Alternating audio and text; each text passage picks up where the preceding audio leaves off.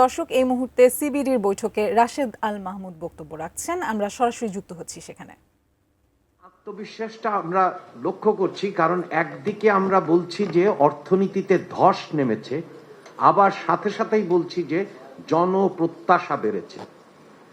এখন দেখার বিষয় হচ্ছে যে কোন গতি কাকে ছাড়িয়ে কোন দিকে যায়, তাই না? তা আমরা যে সিপিডি এবং ডেইলি স্টারের যে আজকের যে আয়োজন, এখানে 6টা বিষয়কে উল্লেখ করা হয়েছে এবং তার সাথে আপনারা বিদগ্ধ জনেরা অনেকগুলো বিষয়ের অবতারণা করেছেন।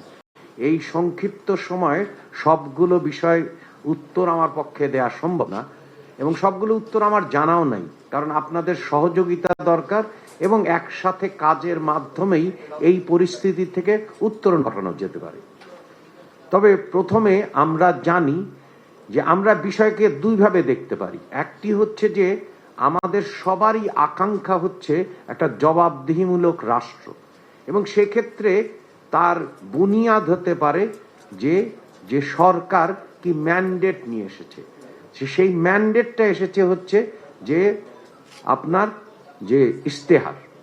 তা আমরা যদি খেয়াল করি, এই ইশতেহারের 5টি ফাউন্ডেশন আছে, 5টি ভিত্তিমূল আছে। প্রথম ভিত্তিমূল, এটাকে আমরা বলছি যে রাষ্ট্র ব্যবস্থার সংস্কার। সেইখানে 6টা অনুচ্ছেদ আছে। আপনারা যদি খেয়াল করেন 6টি অনুচ্ছেদ আছে। তারপরে যদি দেখেন যেটা আপনাদের আজকের বিষয়, সেই বিষয়ের বিরাট একটা অংশ জুড়ে হচ্ছে যে কিভাবে বৈষম্যহীন আর্থসামাজিক উন্নয়ন এবং টেকসই রাষ্ট্রীয় সক্ষমতা বাড়ানো যায়।